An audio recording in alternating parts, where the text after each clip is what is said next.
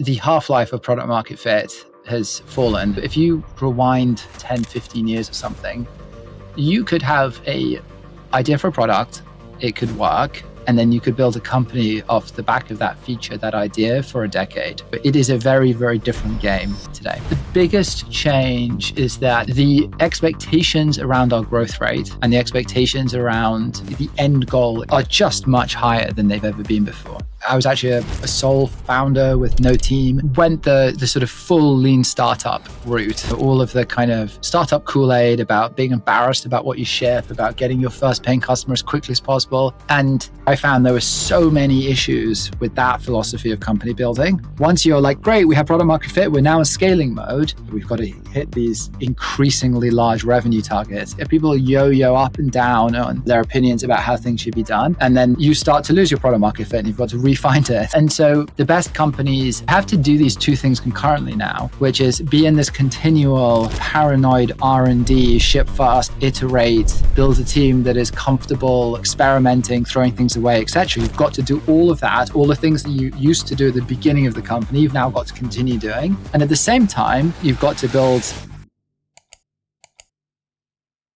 Nick, welcome to New Economies. We finally managed to make this episode happen. Yeah, thank you. Very excited to be here, and good to be chatting. Likewise. Well, I'm excited for today's chat, but I thought it'd be helpful to start with the early days of founding Attio. You know, most founders who I speak to really just want to get out there as quickly as possible, find as many customers as they can, build in public a little bit. But you decided actually to take the complete opposite route and build and sell for 1,000 days. Why? Yeah. Good question, and a long and kind of nuanced answer. So I will try to, make this somewhat concise, because really the answer, the origin of the answer it comes from before Attio was started, and it was because we built another company, another product called Funstack, where we did the exact opposite. Where we essentially shipped the product I was actually a sole founder with no team. And I shipped the product as quickly as I could. I had a product in customers' hands, in market, making money long before I had a website or anything like that. And went the sort of full lean startup route, all of the kind of startup Kool-Aid about being embarrassed about what you ship, about getting your first paying customer as quickly as possible, solving a narrow pain point, all those sorts of things. And Attio was really just a reaction, a sort of a counteraction to that, because I found there were so many issues with that philosophy of company building, that I actually wanted to do the complete opposite, which was build something that was really well thought through, really well architected, that I felt would be sort of enduring and scale and all those sorts of things. And also because we had real conviction about building a platform, a real CRM platform that could compete against the kind of big incumbents. And we were super paranoid that if we shipped really quickly and didn't do the fundamental work to build the architecture well, that we would end up inevitably becoming some kind of point solution or not being able to scale to the level that we wanted to. So it was a real counteraction, to those things. And we were lucky in that sense that we'd gone through the opposite experience of shipping quickly, shipping things we were embarrassed about, making money as fast as we could, and learn some lessons there.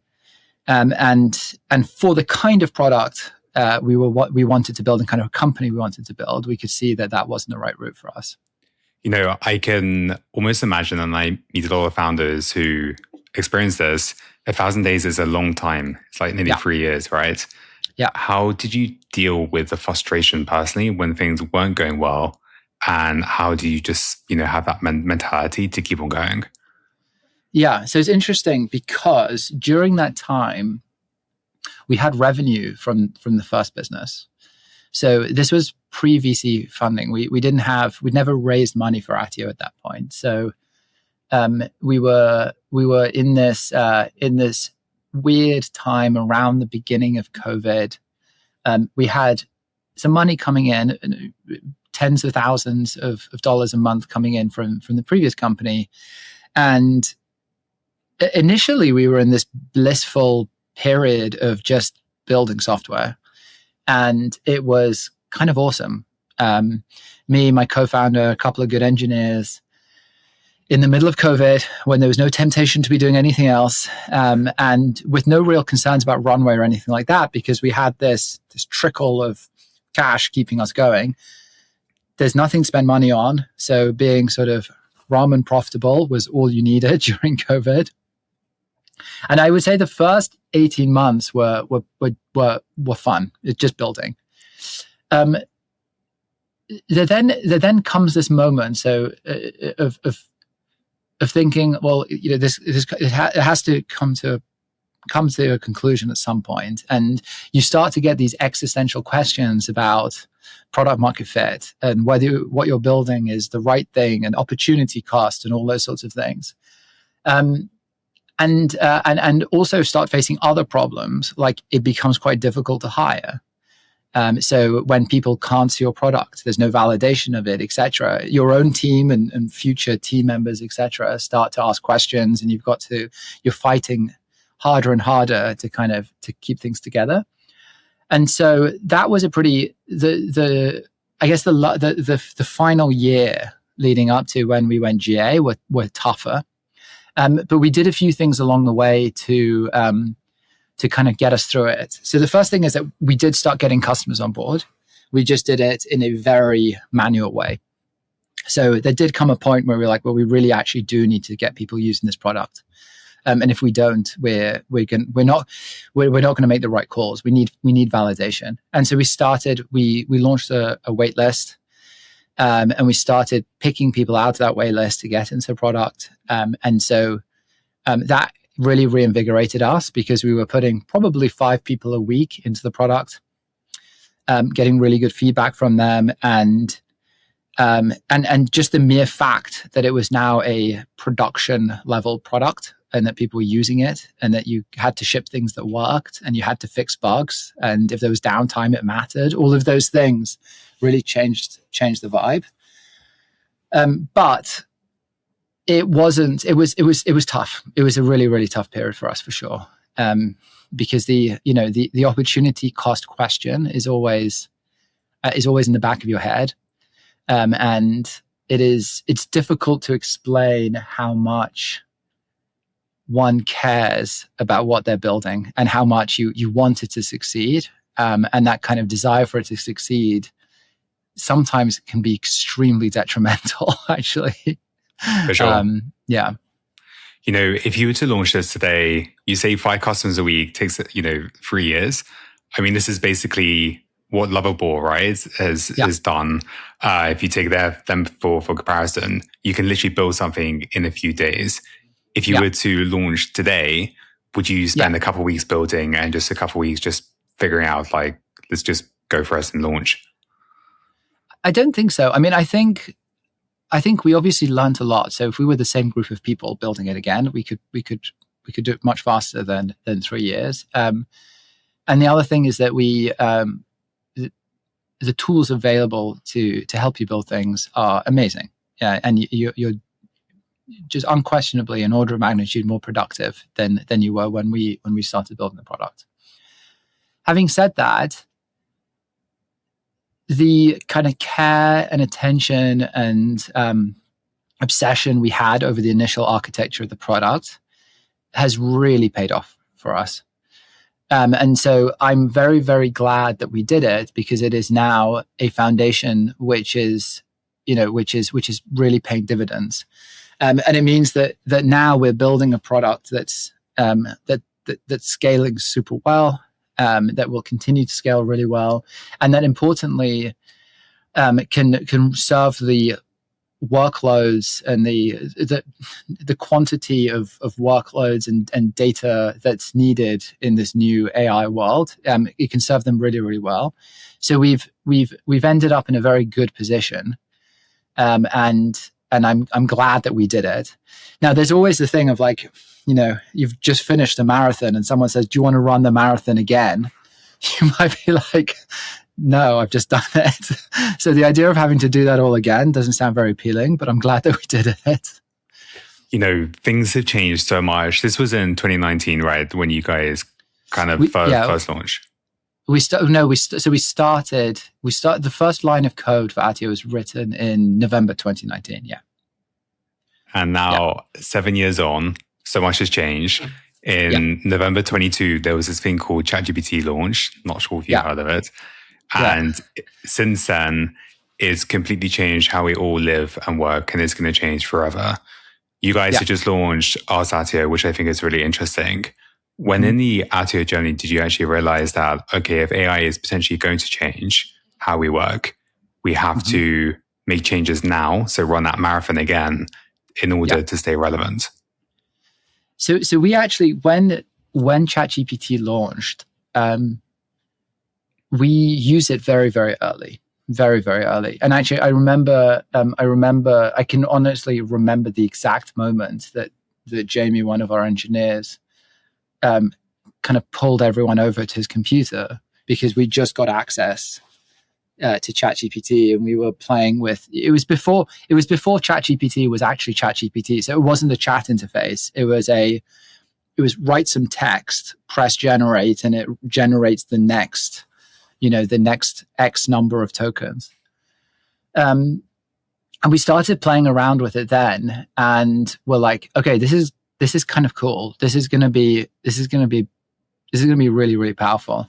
Now, even before that point, I think that we had a really big inclination that the sort of high resolution data and being lossless in the way that we think about data was going to be really important.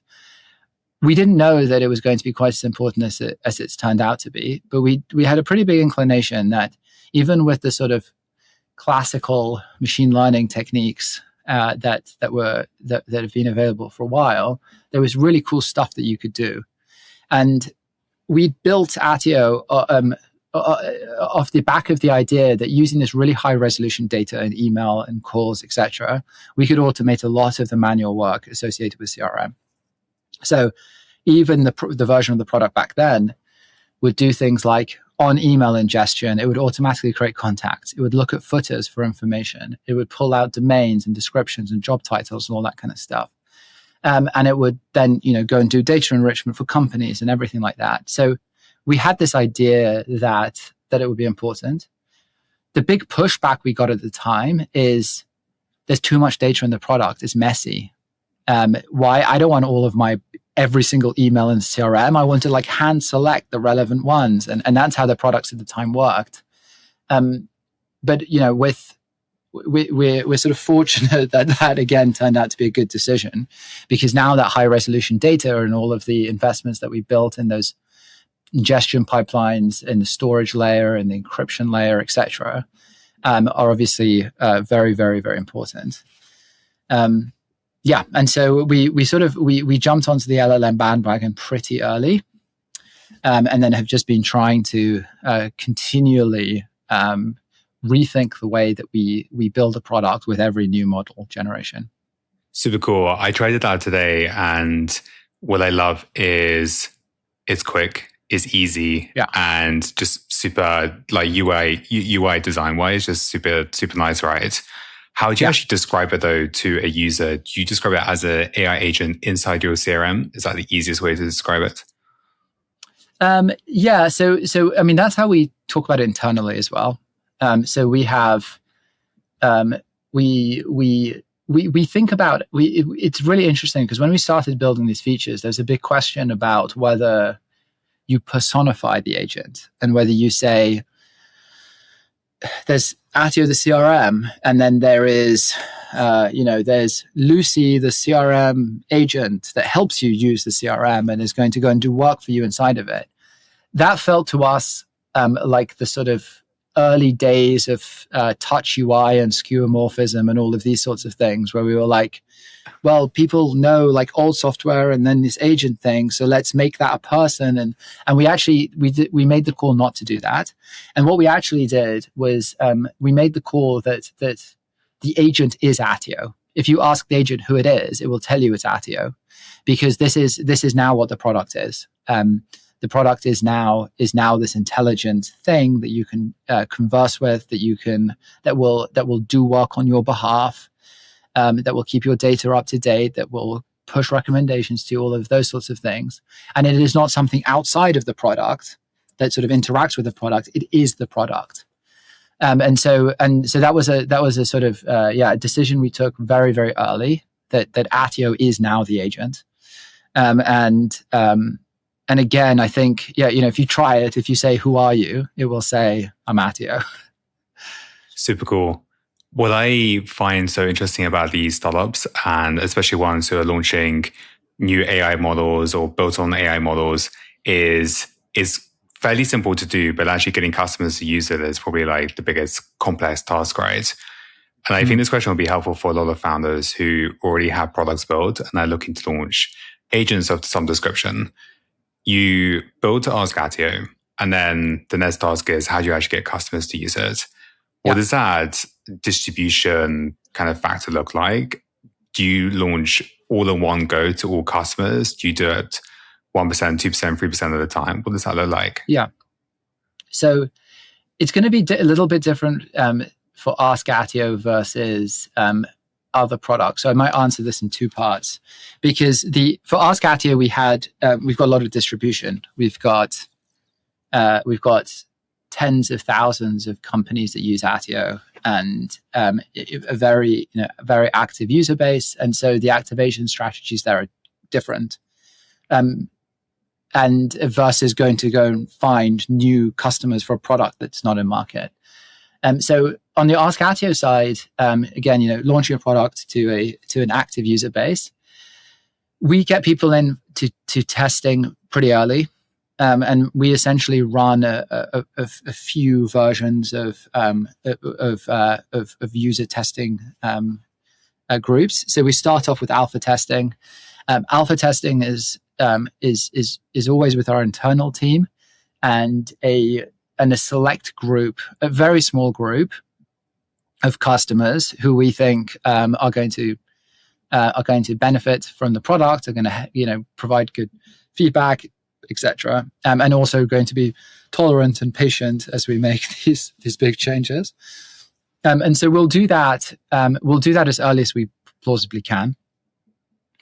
And sometimes the product looks very different to the one that we actually ship. The UI will be very rough.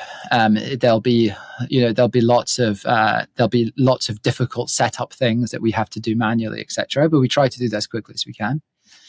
Once those kinks have been worked out and we're starting to feel pretty good about things, and we feel like the product's starting to get to a good place, then we'll go into a closed beta. And the closed beta will be a much larger group of customers, again with a certain tolerance for rough edges, etc. But at this point, it should be providing value, and we should feel confident that even though you're participating in this beta, knowing that it's not going to be perfect, you should still kind of net out in a pretty good place. And then we will often go into a public beta, which is open to all of our customers, and we go and find finish the last sort of couple of percent from a polish perspective. And then by the time we launch, we're pretty confident in the way that things are working. Now, having said all of that, these stages can happen quite closely together, and shipping quickly is really important for us. So, we're in a world where you've got to take a bit of a leap of faith. And things move really, really fast. And if you don't ship, then you're not going to learn fast enough. I think rate of learning is now one of the most important metrics for a company. And so, we do try and ship things and get things into customers' hands faster than we have done in the past. Now, that's not super helpful advice for anyone who's trying to get net new, the first customers. And I can talk maybe a little bit about how we did that when we actually built Attio for the first time, and how we tried to get people to use Attio as a product for the first time. So the first thing that we did was we tried various pitches of the product. So we put marketing material together. We put a website together. We started putting tweets together. I don't know what they're called now, X's, whatever. Something like that. We started putting the messaging about the product into the world, and we tweaked it a lot. So we did a lot of Attio is XYZ, Attio is ABC, and we just saw which message resonated more. So we were like, if we say CRM, is that too much of a loaded term? Is the space too crowded? Should we call it a relationship intelligence platform, a customer workspace? We tried all these different versions of messaging and ways of talking about the product, and we saw which one worked, and we started to build this wait list. Now, wait lists are really, really good if you interact with people on the wait list almost immediately. But the half-life of someone on a wait list is very, very short, especially for a product like CRM, where once they're in the market for a CRM, and if you reach out to them 9 months later, they wouldn't have waited 9 months. If you're building a product that has very low switching costs, all those kind of things, which is like additive to people's existing stack, etc., might be a different story. But for CRM, we found out that the half-life of the CRM, of the waitlist, was very, very short. So what we would actually try and do is when people got onto the waitlist, if they were interesting, we would reach out to them as fast as we could. And then we would try and onboard them to the product as quickly as we could to start getting feedback. Now, in the early days, this was a very manual process. It was literally like getting on the call. Get on a call and quite literally be like, this is how the product works. This is how the product works. Is this interesting to you? Like, how does your company work? We would sit there, we would help them set it up. And then we would end up following them, keeping on top of them, etc. Until we got to the point where there was a group of people who were consistently logging back in, and we would look at their user sessions for the last couple of months, and they're like, no, these are daily active users. And then we sort of built the confidence to start pushing on pricing and seeing if they were using it because it was free or if they were using it because it was valuable. Super helpful, super smart. I kind of feel with how this whole category, if it's AI, SaaS tooling, whatever you want to call this, right? Part of this product market fit is also changing so quickly. So you start with a couple of users, you figure out like this whole waitlist strategy. Then it's like, what is product market fit? Yeah. What product market fit is today is very different to what it is when you guys first started. Totally. Tell us what's happening. What is product market fit today? Totally. I mean, I think, again, the half-life of product market fit has fallen. So if you rewind, 10, 15 years or something, you could have a idea for a product, it could work, and then you could build a company off the back of that feature, that idea, for a decade. The playbook became pretty established. An investor saw you had product market fit, and they were like, great, this is it. Product market fit, we found another one. Like, pump money in, run the playbook, and let's scale this through all of the revenue milestones and and over the years we have more and more people who know how to do this, and it becomes quite kind of programmatic. That's completely changed because the half-life product market fit has changed. So that once you're like, great, we have product market fit, we're now in scaling mode, you start to lose your product market fit and you've got to refine it. And if you had product market fit for GPT-3, then you didn't have it for GPT-4 or GPT-5, and it will change again at 6. And so you have to do these two things concurrently now, which is be in this continual, paranoid R&D, ship fast, iterate, build a team that is comfortable, experimenting, throwing things away, etc. You've got to do all of that, all the things that you used to do at the beginning of the company, you've now got to continue doing. And at the same time, you've got to build a scale. It's much more interesting time to be building a company, because most founders really enjoy the product building part of it, the iteration, the experimentation, etc. And then you also have this new additional challenge of, well, we're going to scale go to market. We've got to hit these, increasingly large revenue targets, etc. And so it is a very, very different game today. Also, to touch on that, how to stay relevant. I've definitely seen Attio around a lot more. I mean, I remember when you guys were first launching, 2019, I think I was sitting in Tech Hub in London and Shoreditch, and Attio started kind of popping out. It was a bit before that. Anyway, but I definitely started seeing Attio around a lot more. And I think one quite smart tactic you guys have done is actually partnering with B2B creators. We're super happy to be partnering with you guys and love that partnership. How effective has that been to find new audiences and find new ways actually to say, hey, this is who we are and this is why we're relevant? Yeah. And I think this is the interesting thing about company building, is that it is so multifaceted and you have to be good at all of these things. And so, we've spoken about keeping the product relevant, scaling your revenue org and all of that kind of stuff. And the thing that's also massively changing is distribution and marketing.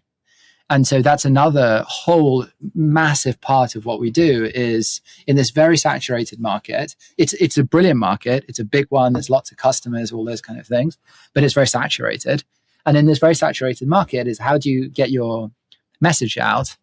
And how do you keep on top of channels and always have a new channel ready for when the one that's been working doesn't work quite as well, etc.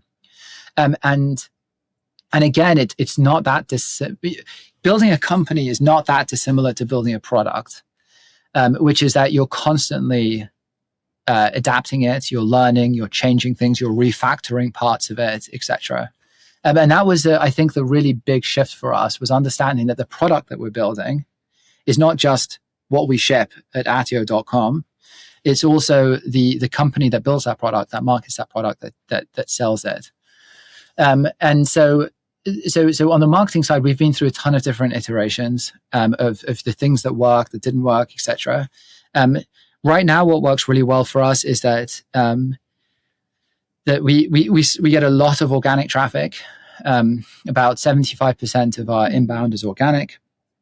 And that is because that's a lot to do with creative partnerships and having trusted voices delivering your message. It's a really, really big part of it. And specifically today, where there is so much change in the market, that people are really looking for guidance and they're really looking for help, because every day people wake up, they're building their businesses. They know that they could be doing better. They know that their tooling could be better. They know that they know in the back of their mind that there is this AI thing happening that means that that the companies are changing, and they want to work out how they can be one of those companies that's on the forefront. And that's what Attio does. It helps you become a very AI native company. By helping you kind of up level the way that you deal with your customer data, you interact with your customers, etc.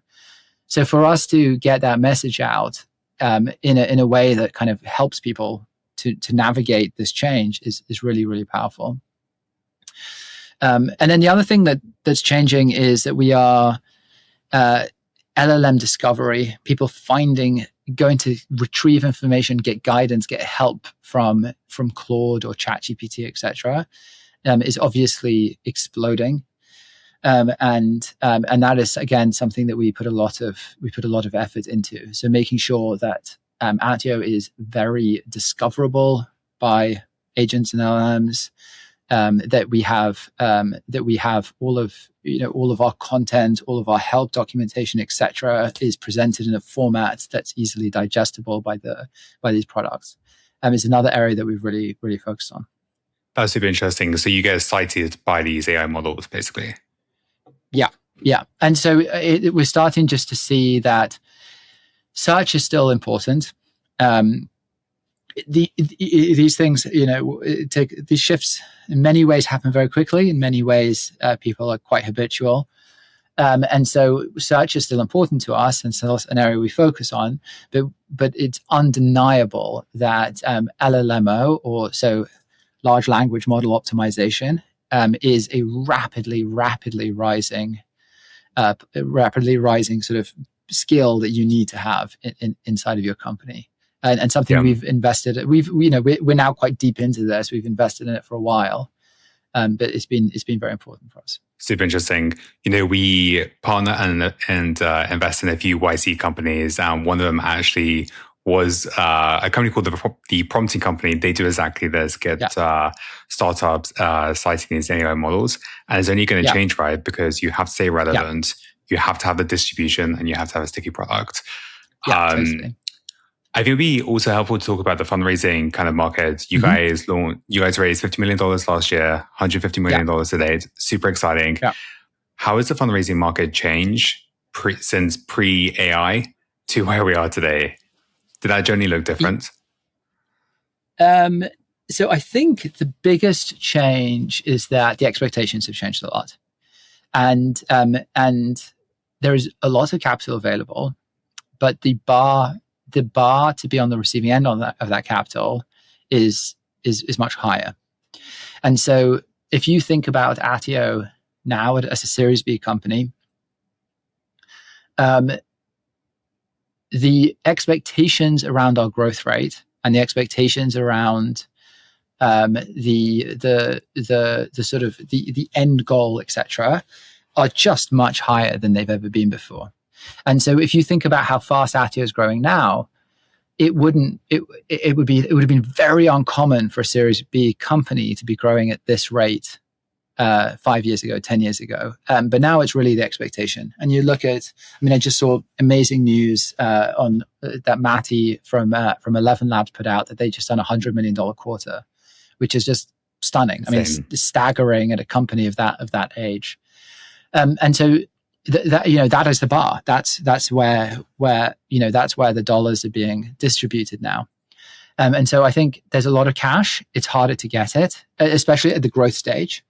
And you've got to build a company that's just growing faster. And for me, it's kind of crazy because when we first started building the product, when we looked forward about all these revenue milestones we would have to hit, I never thought that we would be at the stage now where we sort of have this accelerating revenue growth and we're growing at the rate that we are now at the scale that we're growing at. So it's very, very cool. But it's also, it's a much, much harder landscape for sure.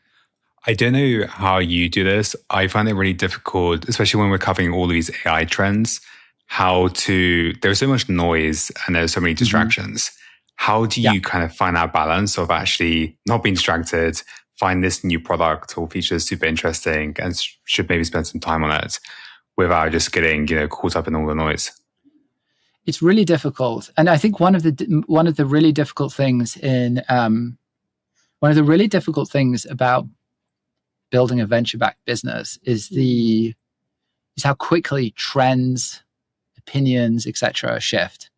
And they are, if you just sort of watch the vibe in the industry, it goes from hire as many people as you can to like build a super lean team and have mass layoffs in the course of like 6 months, and people yo-yo up and down on their opinions about how things should be done. And I think that the best companies are attuned to those things, but they're more grounded than that. And they sort of like, you have this long-term vision and you're very, very focused on it. And you have to some extent tune out the noise, and sort of not react to every new kind of vibe shift, because if you do, you'll end up in this sort of perpetual pendulum mode, and it'd be exhausting and probably not a very good business. And so there is this balance of being, forward looking and really sort of like aiming for a very clear goal, but also absorbing what's happening and making course corrections as you go. And I think that's obviously difficult, and getting that balance perfect is impossible. But we obviously we try our best.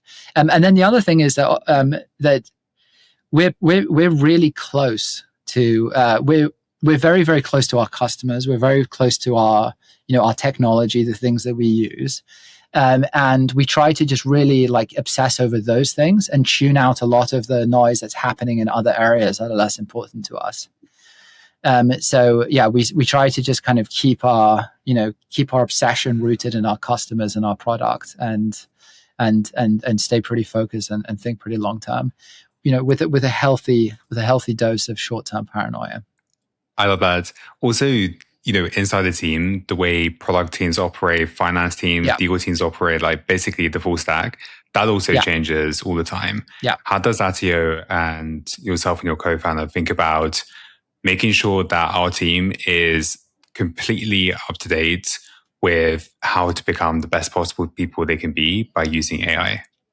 Yeah. Because and the reason why I ask is like the way teams operate in the future is and already is, right? It looks so different. Yeah. But the skills they need to stay relevant is going to change as well. Yeah. And I think the way that we think about this is that we could try and figure that out for the company. And so we could go and, sit in a room and pontificate about the future of software engineering and what tool is going to win and how these things are going to happen. Or we could empower 50 software engineers at Attio to go and experiment, and we could parallelize that discovery, by we have 50 threads of discovery. And then we can pull all of that information back in, learn from it, and start to circle, the Attio way of doing it. And that's the route that we've gone for.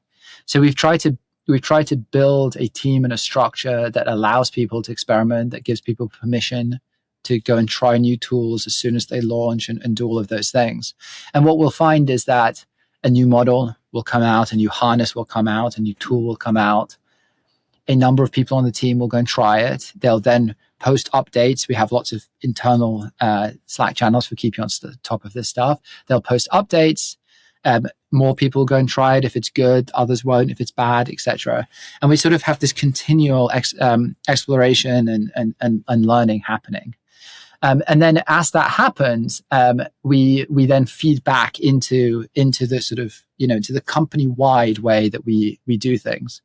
So at Attio, the way that works is we have teams for different areas of the product, but then we have regions for different areas of the code base. And one of those might be, for example, our developer experience region, which is a group of engineers at Attio who all kind of agree on the way that we'll do DevX across the board. And so you have this, each person does all this experimentation, they bring it back to the region, bring it back to the team, and then we can update the way that we work as a company. And I think that's the only way that you can do it now. But having a sort of central command for these things is just too slow. And also just having like that central command on where the company is going all the time, staying focused is so important, right?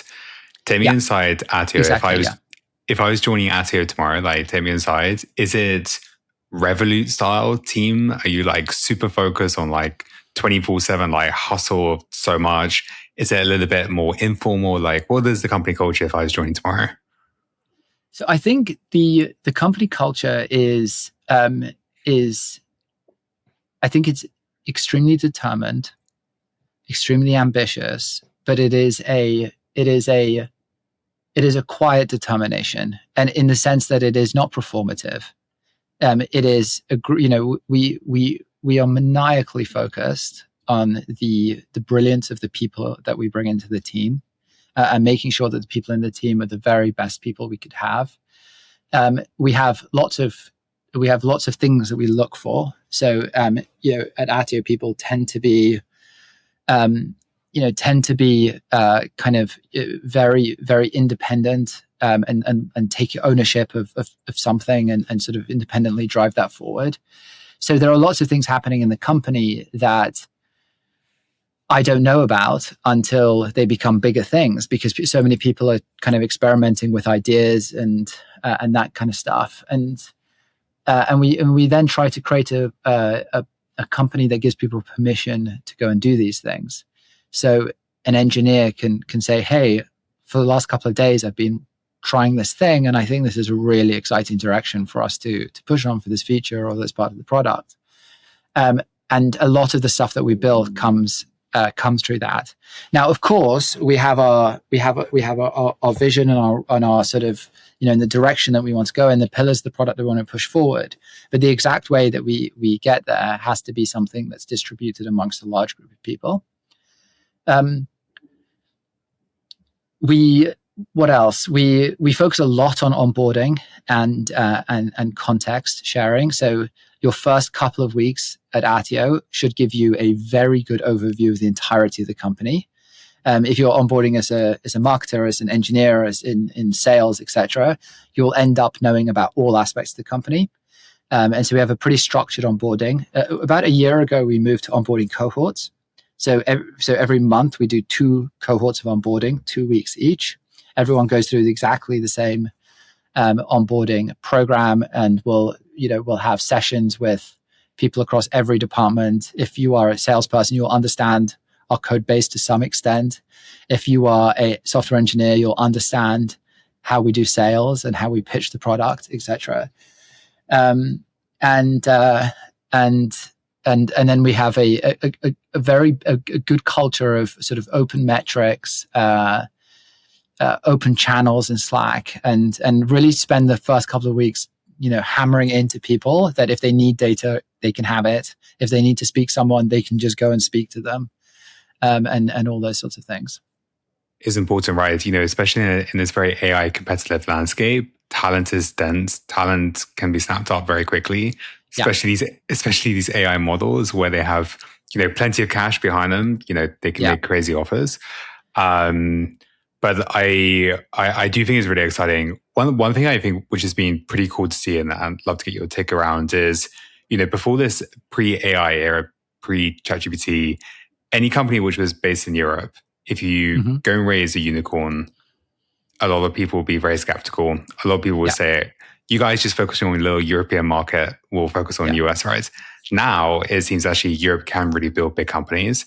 We've had the likes of you guys, Fuse Energy, Granola, Synthesia, and probably a bunch of others. Can Europe build huge companies in today's market? Yeah, I think it's. I think we've kind of crossed an inflection point for sure. And I think there's a few things that have happened. Firstly, it's been done, which is helpful, so people can see that it's possible. And then I think that there is also a new determination from European founders to build European companies. And I think the reasons for that are obvious. I won't get into the politics too much, but there is a newfound kind of desire to build companies in Europe. There's always been the talent here, and so if you just you would have seen the news this week or last week that OpenAI are opening their first big international office here. We already have DeepMind, and Facebook have a huge engineering presence in London, etc. So I think that the talent has always been in London. We have 4 of the world's best universities, right here. We have just a wonderful, deep talent pool, very technical, etc. And I think that the capital has been here for a while, but it's here more than it's ever been. And sort of all of the ingredients are kind of, there's really no excuses or no reason that why it can't be done anymore. And personally, someone who's very passionate about British European tech, it's awesome that it's finally happening, and something that I'm extremely passionate about. So it's a kind of another dimension on company building. It's like, well, why are you doing this? Why do you put yourself through this? And it's sort of another dimension to the mission, which makes it feel worthwhile. And, hopefully at some point we look forward and look back in the next 5 or 10 years, there's going to be this whole talent cycle, right? Hopefully Exactly. Attio becomes huge. Then a whole bunch of employees will become angel investors or start their own companies. And that's just one company, right? Do that for 1,000 companies? Yeah, just look at some of the companies that we've just spoken about, right? So Fuse Energy, really good example. It's Andy was at Revolut, learned a lot of awesome things there, learned a very kind of effective way of company building, and has now started a super impressive company, which is exactly what you'd hope to see. If you look at 11 Labs, Matty was at Palantir. Palantir have a really big presence in London, and so again, met some great people there, and sort of was able to then start one of the most impressive companies that Europe has seen. So we're starting to see the kind of second turn of the cards. And it's the ecosystem effects are really taking hold, and it's really cool. It's really cool. So Attio in the next 5 years, let's do 12 months and 5 years, maybe. What is that kind of like end destination? Because things are changing so quickly. Yeah, so quickly, in fact, that 5 years seems like who knows? We'll do our best. We'll play a game. We'll guess. 12 months, I think, is something we can talk with some level of confidence around. So we've got really, really ambitious revenue goals and product goals for the rest of this year, and we're doing very well against those. So I'm feeling pretty confident that we're going to hit, if not exceed them. And if we do that, I think we'll be in a really, really strong position. You might have seen that Ramp put out this some transaction data a few months ago, or 6 weeks ago, whenever it was, that has Attio as the fastest growing CRM in the world now, and that's something that we'll continue to fight for our place at the top of that leaderboard. And then when we look forward 5 years, I think it's very difficult to know exactly where we'll be, just because things are changing so quickly. But broadly, what we'd like to do is we would like to be the world's number one CRM and the world's number one customer platform, fundamentally. And the way that we get there is by making our customers very happy and shipping really good things, and again, feeling very, very good about that. We've in the last 12 months, our engineering team has grown. We've brought in some amazing engineering leadership, and some really brilliant folks, and I think we're on a really good trajectory in that regard. And just got to keep beating the incumbents, right? So many of them are so slow. Beating the incumbents. Yeah, got to keep beating the incumbents, and then also got to keep beating the newcomers. When we started Attio, the incumbents were looming really large above us, and there was no consent. There was full consensus that they couldn't be beaten. We've now flipped the other way, where there seems to be full consensus that they can be beaten, but with that consensus has come a lot of capital into the market. So there are lots of well-funded startups too, and we've sort of got to have eyes in both directions. Obviously, one of your big incumbents is one of the big CRM systems, right? I won't mention the name, but it's got a blue logo. One of the big opportunities, I think, actually is someone should build a new company that does a better job of Slack. Slack teams, they're all so old. They're so expensive. Yeah. I don't know what you guys use, but so expensive. Create a new one. So I'm kind of hoping that I would love Notion to do that. I think Notion are really well placed to build a really good Slack competitor. So I will have a chat with Ivan about it, but I think that'd be cool. Super interesting. Hey, this has been amazing. Before we finish, we have a quick rapid fire questions. I'll say the question and you can just answer in a few words. How's that sound? Yeah, great. Awesome. So, your favorite company out there now and why? My favorite company is probably I have a few. So the companies I think the most obvious one right now is Anthropic. And I think that Anthropic is a truly once in a generation type of company. Feels very, very similar to the early days of Google, something like that, where you have a team that is just constantly getting calls right, and getting calls right very quickly in a very distributed manner. So it's not just that you have one brilliant leader who's just kind of visionary and has this thing that you have a company of few thousand people that collectively are making great calls. And are able to pull things off like Claude Code, which is not some centrally planned vision thing where we will like next quarter we'll ship this thing. You have a system in place that allows people to kind of innovate and make good decisions and ship things that work really well. And so it's been amazing to watch. It's been amazing to watch them, to penetrate into Attio and all of the models and tools that we use and all that kind of stuff, and shipping really great products. So I think it's a company that's we're fortunate to kind of have whenever we get an inside peek into how things work, it's really awesome. So I think that's probably number one for me. I think which other companies do I think are really interesting? I think it's been very cool to watch a lot of companies adapt to this new AI landscape really successfully.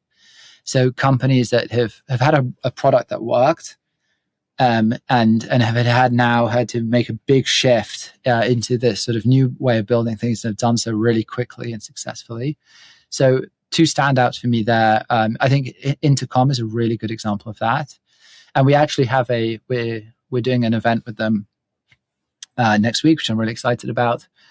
But they've done a really great job of sort of reinventing the company, reinventing the product, and have shipped something really brilliant. I think Notion is another one has reacted very quickly and successfully, and has somehow, even through all of the change they've made through their product and through all of the kind of chaos of that, have managed to keep their quality bar super high and are shipping really good things. I could go on, but I'll let us get to the next question. Who would think Notion? I think they're valued $9 billion now for a note-taking app. I mean, times change, right? Yeah, totally. And they've done amazingly to scale, so far beyond that, and that they're now this sort of, something so much bigger than that. I agree. Good takes. Which is your favorite AI leader right now? You've mentioned Anthropic, so let's maybe not cover them. Somebody else. Yeah, so I think so Anthropic. I mean, it would be number one, but the company that I also think is pretty awesome, and we really like the products of are Google. We use a lot of their models internally, and they're really good models.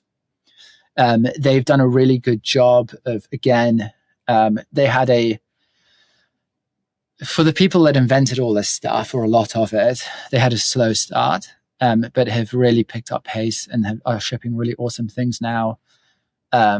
I think it's cool that Demis is becoming more public, and it's been really cool to sort of learn more about him and the way that he thinks about things. Really, really interesting. So I would say that after Anthropic would be Google. Yeah, I think Demis is one to watch. I think he's going to be a mighty, powerful player in the next few years. Yeah, sure. Absolutely. Okay, a little bit more on the personal side. What is the least founder thing about you? The least founder thing about me? Goodness. I think that I don't. Okay, I have to think about what's sort of stereotypical of founders. This is a difficult You seem very chill. I'm chill, but I'm chill in a. I'm very good at dealing with stress now. So I think and I rarely lose my temper, and I rarely I rarely get kind of visibly stressed. That's actually something it's a learned behavior. So it's not necessarily something that is, it's not how it started. And actually, there's a process that you go through. I can remember when I first started building startups, I had this moment of thinking, when we'd raised a little bit of money, an angel round, and I couldn't sleep the night before signing the term sheets. The concept of having, whatever it was, 150,000 lent to me, not, given to me, lent to me by someone else, and having to be responsible for that was just crippling. And the idea of being responsible of someone's career and all of these things, and having so many people rely on you, etc., was just crippling. And then the sort of knock-on thought is like, well, if I can't do this, how the hell am I going to build a company? And it was all very, very stressful and intense and all those kind of things. And actually, at that point, I was really like, I'm just not cut out for this. And so I went through this real process of working out how to deal with stress, how to deal with responsibility, and all these sorts of things. And over the last, many years now, have got quite good at that, and have spent a lot of time working out how to still deeply care, and really want to win, really want to succeed, but how to do it in a way which is kind of sustainable and enjoyable.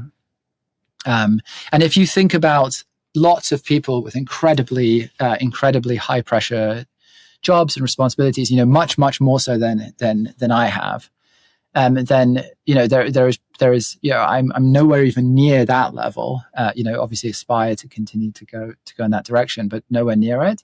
And so there's still a long way to go. But I think that's a skill that has been really helpful as the company has scaled, and as the responsibility has grown, and as the pressures have grown, is just learning how to be able to still be as engaged, if not more, and how to really, really care and really want to win, but do it in a way which means that you can also enjoy life. Is super important. Even if founders run their companies for 5-6 years, it doesn't work, it doesn't matter, you can pick up again.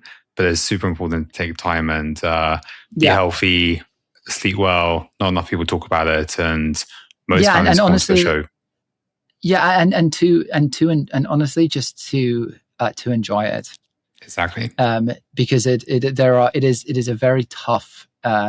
It is a very tough job, and it is very intense, and it's a really long journey. So you do not want to spend years and years of your life in a miserable, unenjoyable environment. Ideally not. Hey, Nick, this has been amazing. So many great lessons. Can't wait to see where Attio is next. Yeah, thank you, Ollie. Awesome.